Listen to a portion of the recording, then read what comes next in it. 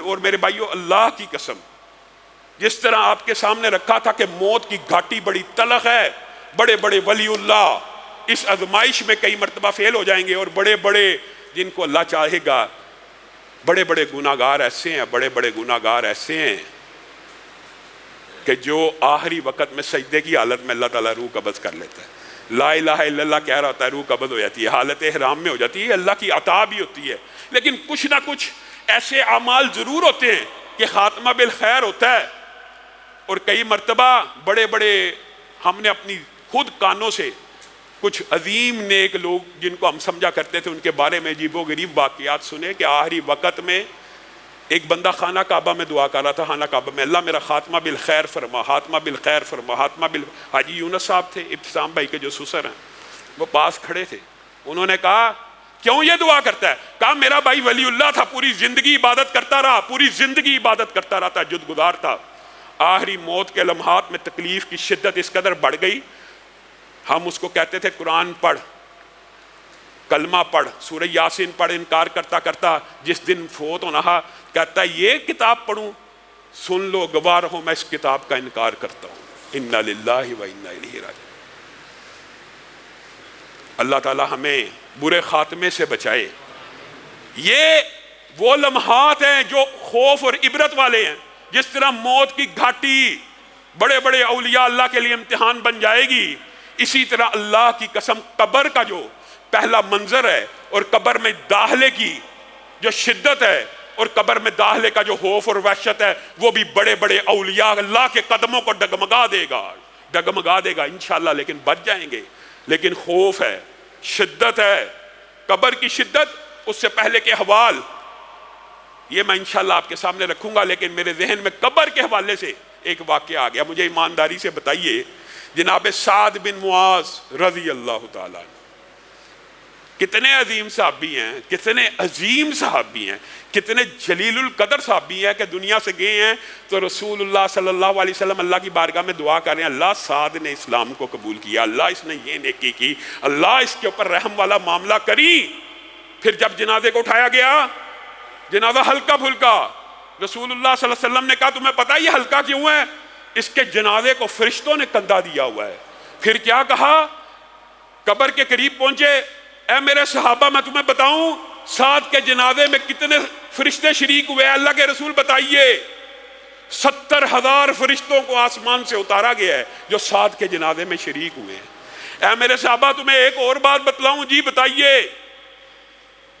اللہ تعالیٰ نے سعد کے اوپر رحمتوں کا بہت بڑا دروازہ کھول دیا ہے، اور میں تمہیں یہ خبر دوں کہ جس وقت سعد کی روح کو قبض کیا جا رہا تھا، اللہ رب العزت کا عرش بھی ہلنا شروع ہو گیا تھا۔ کس لیے؟ اللہ کو یاد کرانے کے لیے۔ اللہ تیرا ایک عظیم بندہ، ایک عظیم بندے کی روح آ رہی ہے۔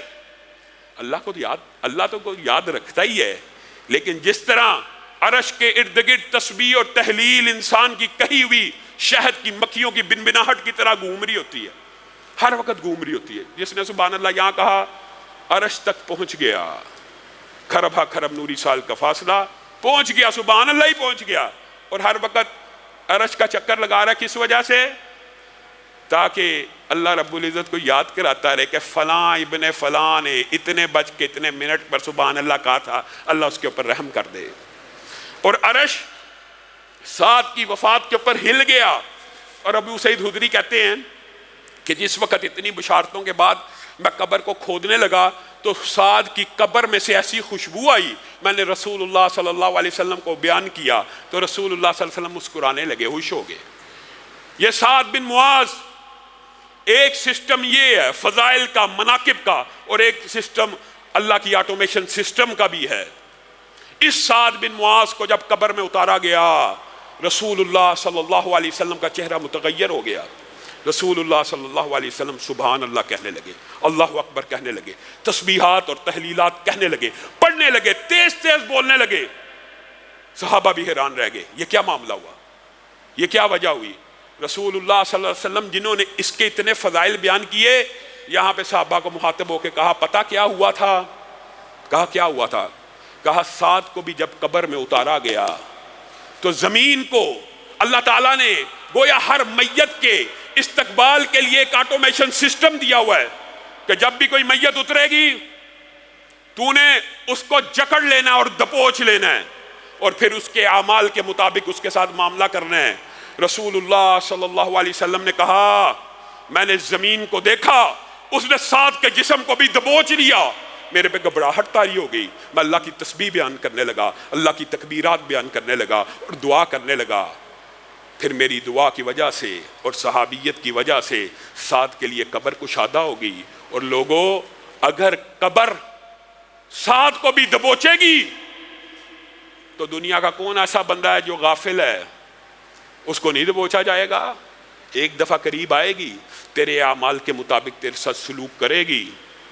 انکار کرنے والے انکار کرتے رہیں، ہمیں رسول اللہ صلی اللہ علیہ وسلم کی حدیث کے اوپر اسی طرح ایمان ہے جس طرح اس قرآن پاک کے اوپر ایمان اور یقین ہے، کیونکہ یہ قرآن پاک بھی رسول اللہ صلی اللہ علیہ وسلم کے ذریعے سے ہم تک پہنچا ہے۔